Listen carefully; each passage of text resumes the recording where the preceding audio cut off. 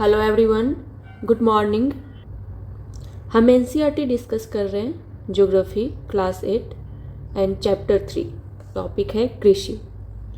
अगर आप UPSC, state PCS या अदर कोई कॉम्पिटिटिव एग्जाम की तैयारी कर रहे हैं तो उसके पॉइंट ऑफ व्यू से ये सेशन आपके लिए बहुत ही ज़्यादा इम्पोर्टेंट होने वाला है। तो चलिए स्टार्ट करते हैं। एक स्टोरी के माध्यम से आपको कुछ समझाने की कोशिश की जा रही है। चलिए देखते हैं क्या है ये। गुरप्रीत, मधु और टीना एक गांव से गुजर रहे थे। वहां उन लोगों ने एक किसान को खेत की जुताई करते हुए देखा। किसान ने उन लोगों से कहा कि वह गेहूं की बुआई करने जा रहे हैं, ठीक है, और मृदा को अधिक उपजाऊ बनाने के लिए अभी खाद डाला है। ठीक, वो लोग जा रहे थे, कहीं से दोस्त हैं और एक गांव से गुजर रहे थे। तो एक किसान खेत में जुताई कर रहे थे, ठीक है, उसके वो गेहूं की बुआई करने जा रहे थे और उसके लिए उसमें खाद भी डाला था। उसने बच्चों से कहा कि गेहूं मंडी में अच्छी कीमत पर बिकेगा, जहां से उसे आटे में परिवर्तित करके कारखाने में डबल रोटी और बिस्कुट बनाने के लिए ले जाया जाएगा। पौधे से परिष्कृत उत्पाद तक के रूपांतरण में 3 प्रकार की आर्थिक क्रियाएं सम्मिलित हैं, और ये हैं प्राथमिक, द्वितीयक और तृतीयक क्रियाएं। प्राथमिक क्रियाओं के अंतर्गत उन सभी क्रियाओं को शामिल किया जाता है जिनका संबंध प्राकृतिक संसाधनों के उत्पादन और निष्कर्षण से है। तो ध्यान में रखिएगा कि प्राथमिक क्रिया के अंतर्गत क्या आता है। ये कई बार एग्जाम में पूछे जाते हैं इससे रिलेटेड क्वेश्चन, प्राथमिक, द्वितीयक और तृतीयक क्रिया के अंतर्गत। तो ध्यान में रखना है कि प्राथमिक क्रिया के अंतर्गत वो सभी क्रिया शामिल है जिनका संबंध प्राकृतिक संसाधन, डायरेक्ट प्राकृतिक संसाधन के उत्पादन और निष्कर्षण से है। कृषि, मत्स्यन और संग्रहण इनके अच्छे उदाहरण हैं। तो कृषि, मत्स्यन, संग्रहण ये सारे प्राथमिक क्रिया के अंतर्गत आते हैं।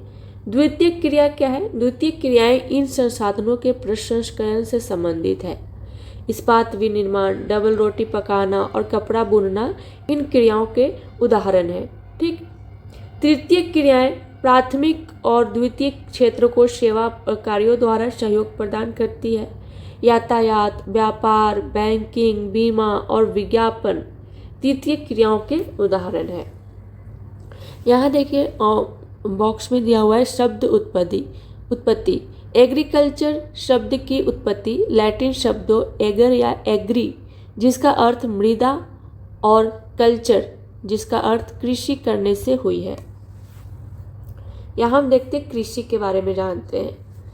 जैसा कि अभी हमने देखा, कृषि एक प्राथमिक क्रिया है। फसलों, फलों, सब्जियों, फूलों को उगाना और पशुधन पालन इसमें शामिल है। तो कृषि में केवल खेती करना नहीं है, कृषि में देखिए फसल, ठीक, फल, सब्जी, फूलों को उगाना और साथ ही पशुधन पालन भी इसमें शामिल है, ध्यान रखना है।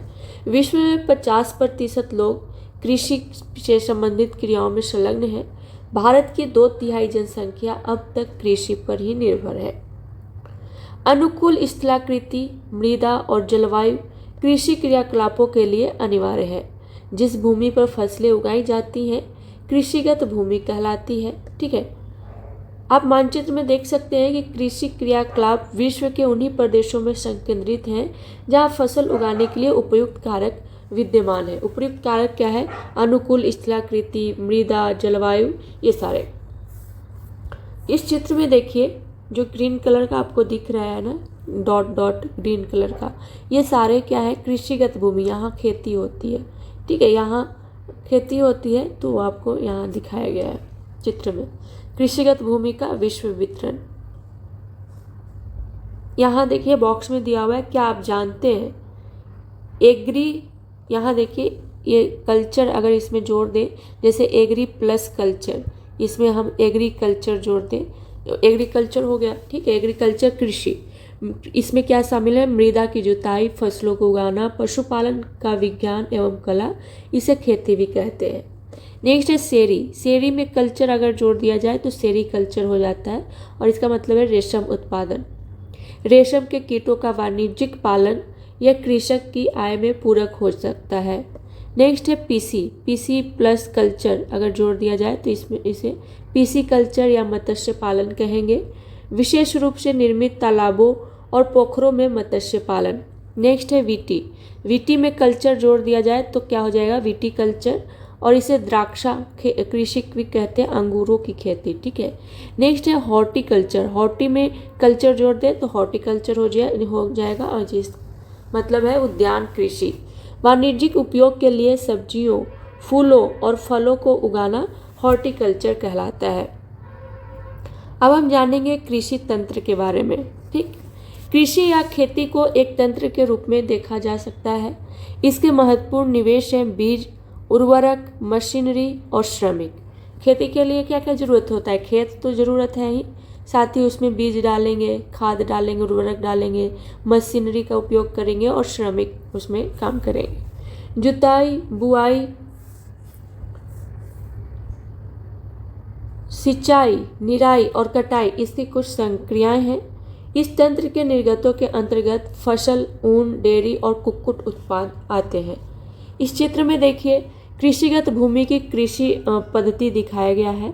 ठीक है, यहाँ देखिए ये किसान है, क्या कर रहे हैं किसान, बीज डाला, रसायन डाला, पहले तो जुताई किया, बुआई किया, छिड़काव किया। इसके लिए जुताई करने के लिए इसने मशीनरी का उपयोग किया, ट्रैक्टर का उपयोग किया। ठीक है, बुआई के लिए इसने बीज का उपयोग किया, छिड़काव के लिए इसने रसायन कीटनाशक का उपयोग किया, उसके बाद फिर फसल तैयार हुआ। ठीक, यहाँ देखिए भौतिक एवं मानवीय कृषि निवेश। मानवीय कृषि निवेश इसमें क्या है, भौतिकीय एवं मानवीय निवेश। यहाँ देखिए मानवीय निवेश इसमें क्या है, रसायन, मशीनरी का उपयोग, श्रम का उपयोग, भंडारण। भौतिक निवेश क्या है, भौतिक निवेश है सूर्य प्रकाश, वर्षा, मृदा, ढाल, तापमान, ये सारे भौतिक निवेश है। ठीक, ये सारे यहाँ इस चित्र में भी इस तरह निवेश है और ये प्रक्रम काम किया जा रहा है और ये निर्गत फसल उत्पादन होकर आया। अब हम जानेंगे कृषि के प्रकार के बारे में। उसके पहले हम देख लेते हैं बॉक्स में क्या दिया है। रोचक तथ्य है जैविक कृषि। इस प्रकार की कृषि में रासायनिक खादों के स्थान पर जैविक खाद और प्राकृतिक कीटनाशी का उपयोग किया जाता है। फसलों का उत्पादन बढ़ाने के लिए कोई आनुवांशिक रूपांतरण नहीं किया जाता है। ठीक है, तो इसको ध्यान में रखना है। यह है कृषि के प्रकार। विश्व में कृषि विभिन्न तरीकों से की जाती है। भौगोलिक दशाओं, उत्पाद की मांग, श्रम और प्रौद्योगिकी के स्तर के आधार पर कृषि जो है वो दो मुख्य प्रकारों में वर्गीकृत की जा सकती है, और ये है निर्वाह कृषि और वाणिज्यिक कृषि। निर्वाह कृषि क्या होता है, इस प्रकार की कृषि कृषक परिवार की आवश्यकताओं को पूरा करने के लिए की जाती है। पारंपरिक रूप से कम उपज प्राप्त करने के लिए निम्न स्तरीय प्रौद्योगिकी और पारिवारिक श्रम का उपयोग किया जाता है। निर्वाह कृषि को पुनः गहन निर्वाह कृषि और आदिम निर्वाह कृषि में वर्गीकृत किया जाता है। तो यहाँ देखिए निर्वाह कृषि मतलब आपको शब्द से ही लग रहा है कि यहाँ कृषक परिवार जो है ना अपनी आवश्यकता को पूरा करने के लिए ये खेती करते हैं। ठीक है, इसे पारंपरिक रूप से कम उपज प्राप्त करने के लिए निम्न स्तरीय प्रौद्योगिकी और पारिवारिक श्रम का ही उपयोग किया जाता है। निर्वाह कृषि को भी दो भाग में डिवाइड किया गया है, एक है गहन निर्वाह एंड दूसरा है आदिम निर्वाह कृषि। देखते क्या होता है। गहन निर्वाह कृषि में किसान एक छोटे भूखंड पर साधारण औजारों और अधिक श्रम से खेती करता है। अधिक धूप वाले दिनों से युक्त जलवायु और उर्वर मृदा वाले खेत में एक वर्ष में एक से अधिक फसलें उगाई जा सकती है। ठीक है, चावल मुख्य फसल होती है। अन्य फसलों में गेहूँ, मक्का, दलहन और तिलहन शामिल है।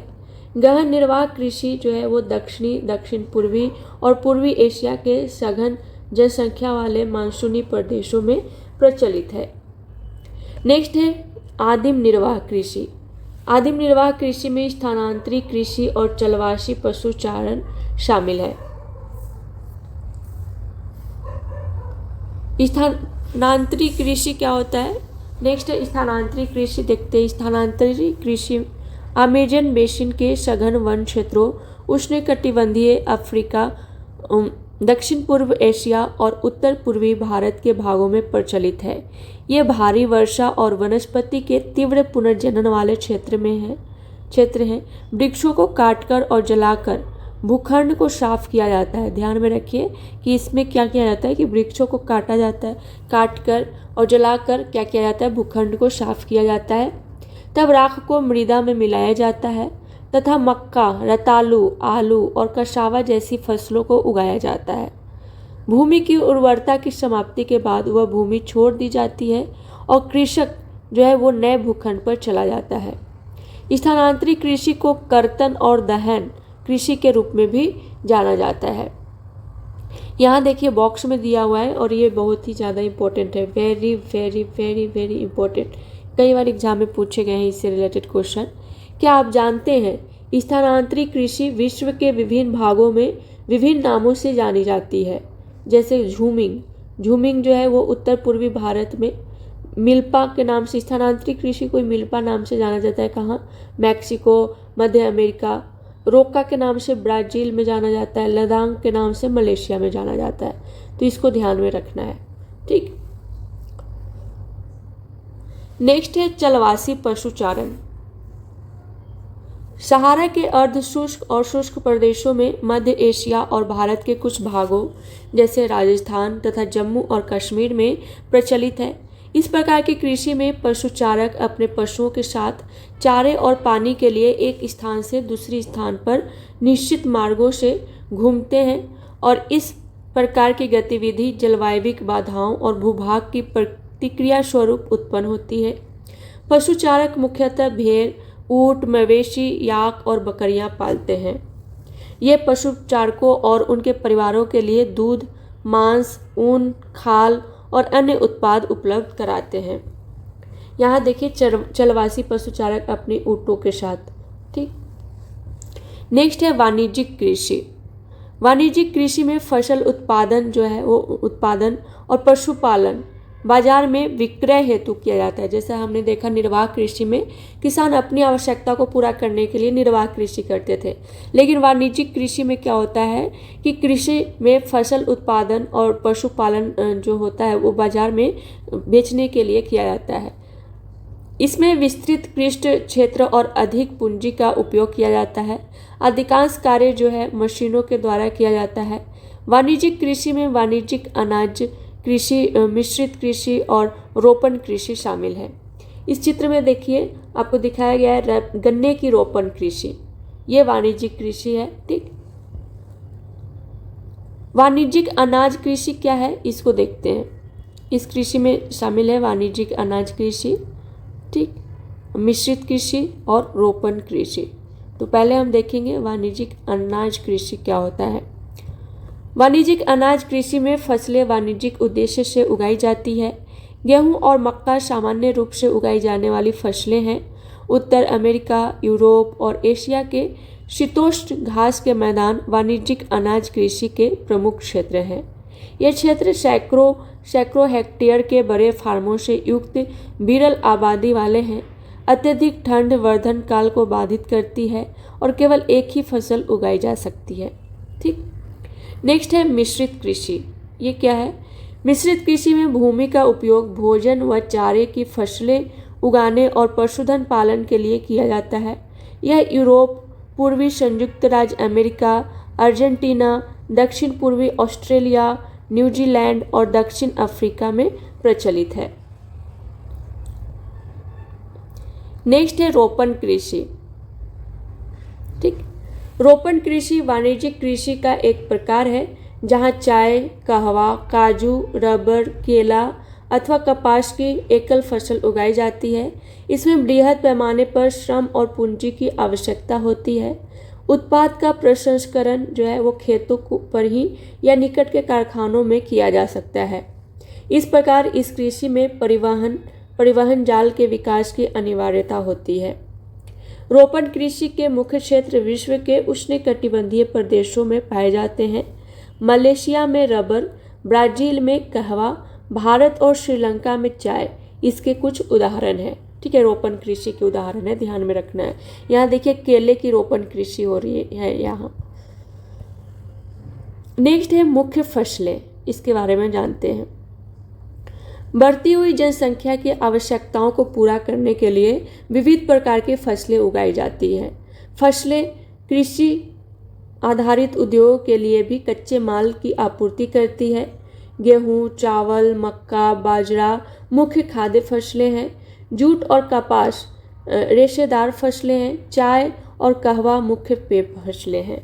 ठीक, यहाँ पहला है चावल। चावल के बारे में जानते हैं। यह विश्व की मुख्य खाद्य फसल है। यह उष्णकटिबंधीय और उपोष्णकटिबंधीय प्रदेशों का मुख्य आहार है। चावल के लिए उच्च तापमान, अधिक आर्द्रता एवं वर्षा की आवश्यकता होती है। यह फसल चिका युक्त जलोढ़ मृदा जिसमें जल रोकने की क्षमता हो में सर्वोत्तम ढंग से बढ़ती है। चीन चावल उत्पादन में अग्रणी है। इसके बाद भारत, जापान, श्रीलंका और मिस्र है। अनुकूल जलवायविक दशाओं जैसे पश्चिमी बंगाल और बांग्लादेश में एक वर्ष में 2 से 3 फसलें उगाई जाती है। किसकी? चावल की। तो इसको भी ध्यान में रखना है। इस चित्र में देखिए चावल की कृषि हो रही है। चावल की रोपाई हो रही है। नेक्स्ट है गेहूं। गेहूं के बारे में जानते हैं। गेहूं के वर्धन काल में मध्यम तापमान एवं वर्षा और शस्य कर्तन फसल की कटाई के समय तेज धूप की आवश्यकता होती है। इसका विकास सुअपवाहित दोमट मृदा में सर्वोत्तम ढंग से होता है। गेहूं जो है वो संयुक्त राज्य अमेरिका, कनाडा, अर्जेंटीना, रूस, यूक्रेन, ऑस्ट्रेलिया और भारत में विस्तृत रूप में से उगाया जाता है। भारत में यह शीत ऋतु में उगाया जाता है। यहाँ देखिए चित्र में दिखाया गया है आपको गेहूं का शस्य कर्तन। गेहूं का शस्य कर्तन मतलब गेहूं फसल की कटाई हो रही है। इस चित्र में देखिए किस तरीके से। नेक्स्ट है मिलेट। ठीक, मिलेट। यहाँ देखिए चित्र में बाजरे की कृषि हो रही है। इस चित्र में आप देख सकते हैं। मिलेट ये मोटे अनाज के रूप में भी जाने जाते हैं और कम उपजाऊ तथा बलुई मृदा में उगाई जा सकती है। ये ऐसी फसल है जिसे कम वर्षा और उच्च से मध्यम तापमान तथा पर्याप्त सूर्य प्रकाश की आवश्यकता होती है। ज्वार, बाजरा और रागी भारत में उगाए जाते हैं। नाइजीरिया, चीन और नाइजर इसके अन्य उत्पादक देश हैं। नेक्स्ट है मक्का। मक्का के बारे में जानते हैं। मक्का इसके लिए मध्यम तापमान, वर्षा और अधिक धूप की आवश्यकता होती है। इसे सुअपवाहित उपजाऊ मृदा की आवश्यकता होती है। मक्का उत्तर अमेरिका, ब्राज़ील, चीन, रूस, कनाडा, भारत और मैक्सिको में भी उगाई जाती है। यहाँ देखिए इस चित्र में मक्के की कृषि हो रही है, आप देख सकते हैं। बॉक्स में दिया हुआ है, क्या आप जानते हैं मक्का को कॉर्न के नाम से भी जाना जाता है। विश्व में इसकी विभिन्न रंग बिरंगी प्रजातियाँ पाई जाती हैं। यहाँ देखिए अलग अलग तरीके के रंग के बिरंगी मक्का अलग अलग जगह पे पाए जाते हैं। नेक्स्ट है कपास। इसकी वृद्धि के लिए उच्च तापमान, हल्की वर्षा, 200 से 210 पाला रहित दिन और तेज चमकीली धूप की आवश्यकता होती है। यह काली और जलोढ़ मृदा में सर्वोत्तम उगती है। चीन, संयुक्त राज्य अमेरिका, भारत, पाकिस्तान, ब्राज़ील और मिस्र कपास के अग्रणी उत्पादक हैं। यह सूती वस्त्र उद्योग के लिए एक महत्वपूर्ण कच्चा माल भी है। देखिए चित्र में आपको दिखाया गया है कपास की खेती कृषि हो रही है यहाँ पे। ठीक है। नेक्स्ट है पटसन। इसको सुनहरा रेशा के रूप में भी जाना जाता है। कई बार एग्जाम में पूछा गया है कि सुनहरा रेशा के रूप में किस फसल को जाना जाता है, तो पटसन को। यह जलोढ़ मृदा में अच्छे ढंग से विकसित होता है और इसे उच्च तापमान, भारी वर्षा और आर्द्र जलवायु की आवश्यकता होती है। यह फसल उष्णकटिबंधीय क्षेत्रों में उगाई जाती है। भारत और बांग्लादेश पटसन के अग्रणी उत्पादक हैं। नेक्स्ट है कॉफ़ी। इसके लिए गर्म एवं आर्द्र जलवायु और सुअपवाहित दोमट मृदा की आवश्यकता होती है। तो कॉफ़ी जब भी आप पिएंगे आप ध्यान में रखिएगा कि इसके लिए दोमट मृदा की आवश्यकता होती है। इस फसल की वृद्धि के लिए पर्वतीय ढाल अधिक उपयुक्त होती है। ब्राज़ील कॉफ़ी का अग्रणी उत्पादक है। इसके पश्चात कोलंबिया और भारत है। यहाँ देखिए चित्र में दिखाया गया है कॉफ़ी की कृषि हो रही है। ठीक, यहाँ देखिए बॉक्स में दिया हुआ रोचक तथ्य है। क्या है? कॉफ़ी के पौधे की खोज किसने की? तो कॉफ़ी की खोज के विषय में विभिन्न कहानियाँ प्रचलित हैं। लगभग 850 ईस्वी में कालिदी नाम का एक अरबवासी जो बकरी चराने वाला था, अपनी बकरियों की अनोखी उछल कूद और हरकतों को देखकर परेशान था। एक दिन उसने भी उस सदाहरित पौधे की फलियों को चख कर देखा। उन्हें उसकी बकरियां प्रतिदिन खाया करती थी। ठीक है, उसने आनंद के भाव का अनुभव करने के बाद अपनी खोज के विषय में संसार को बताया। नेक्स्ट है चाय। चाय के बारे में जानते हैं। बागानों में उगाई जाने वाली एक पेय फसल है। इसकी कोमल पत्तियों की वृद्धि के लिए ठंडी जलवायु और वर्ष भर समवितरित उच्च वर्षा की आवश्यकता होती है। इसके लिए सुअपवाहित दुमट मृदा और मंद ढाल की आवश्यकता होती है।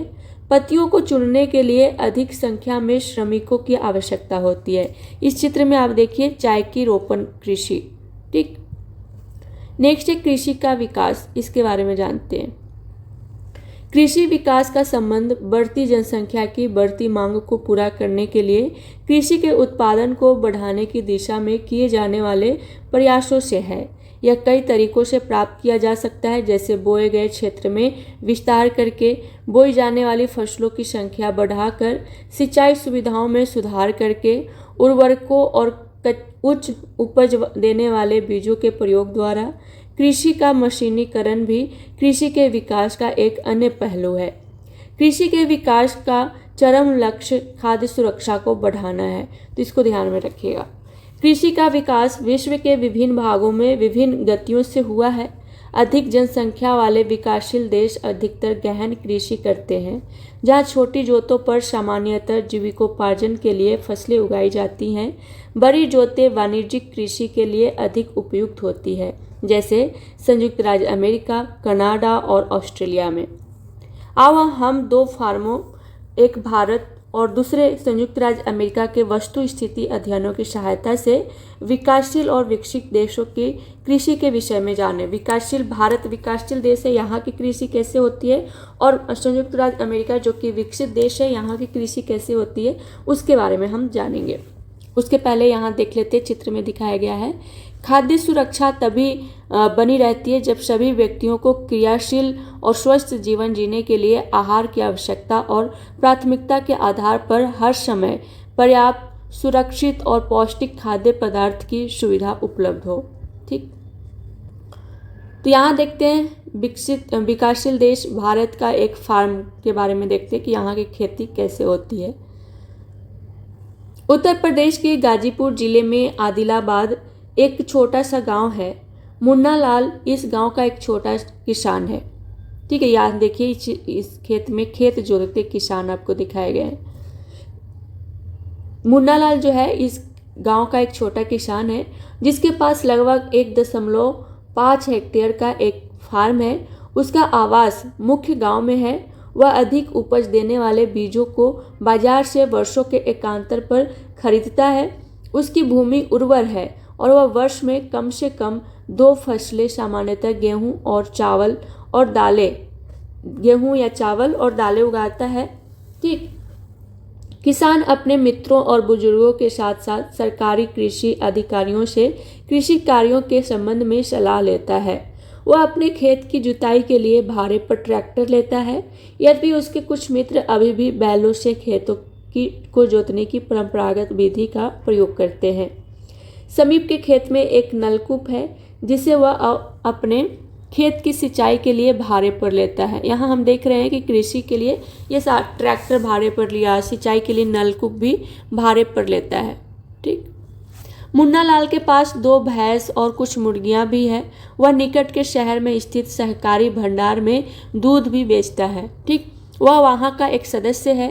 सहकारी समिति उसके जानवरों के लिए चारे के प्रकार, पशुधन के स्वास्थ्य के सुरक्षात्मक उपायों और कृत्रिम गर्भाधान के संबंध में भी सलाह देती है। कृषि के विविध कार्यों में परिवार के सभी सदस्य उसकी सहायता करते हैं। कभी कभी वह बैंक या कृषि सहकारी समिति से बीजों की उच्च उपज वाली किस्मों और औजारों को खरीदने के लिए ऋण लेता है, मतलब उधार भी लेता है। वह अपने उत्पाद को निकट के शहर में स्थित मंडी में बेचता है।